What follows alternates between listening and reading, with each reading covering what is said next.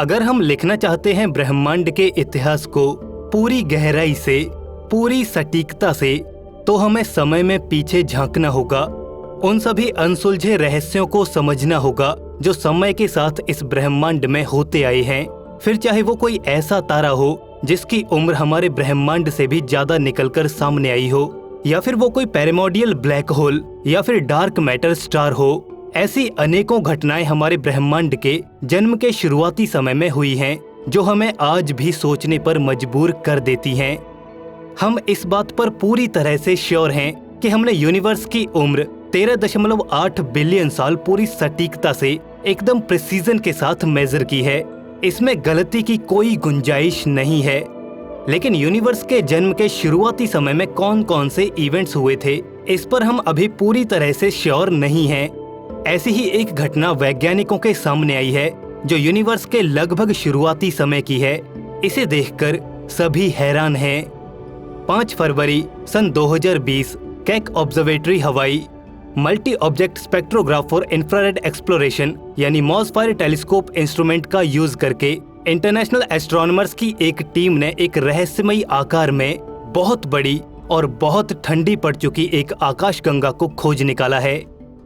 XMM 2599 नाम की इस गैलेक्सी की हमसे दूरी बिल्कुल एकदम प्रिसाइज तरीके से मेजर की जा चुकी है, और आप सुनकर हैरान रह जाएंगे कि ये गैलेक्सी हमसे 12 बिलियन लाइट ईयर्स की दूरी पर मौजूद है। मतलब हम 12 बिलियन साल पुरानी गैलेक्सी को देख रहे हैं।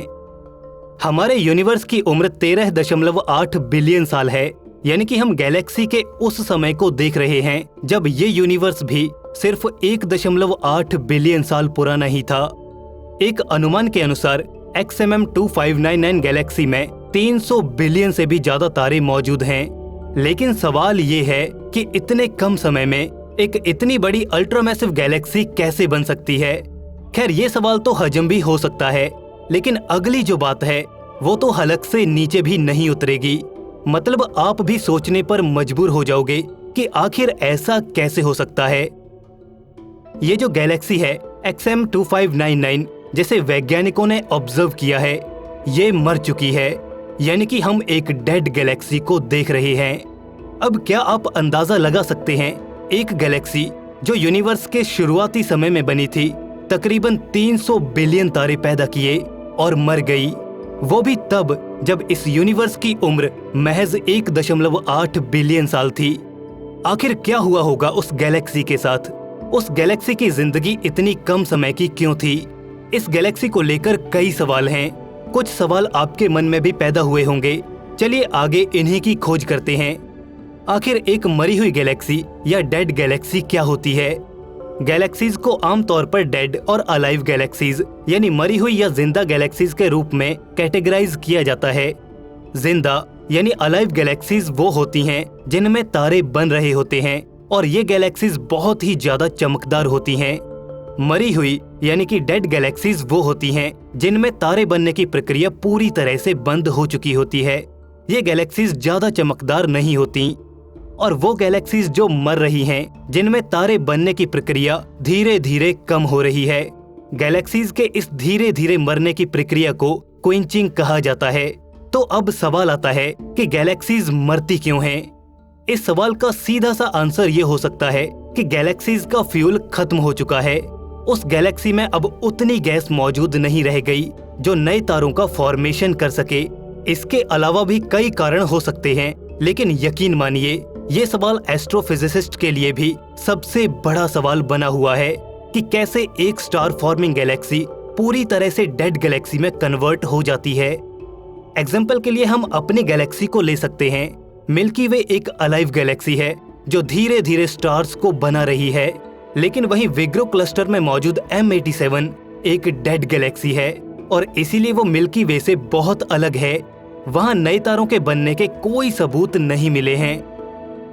XMM 2599 गैलेक्सी का लाइफ टाइम महज 800 मिलियन साल था और इतने कम समय में इस गैलेक्सी में 300 बिलियन तारे पैदा हुए, जो अपने आप में बहुत बड़ी बात है।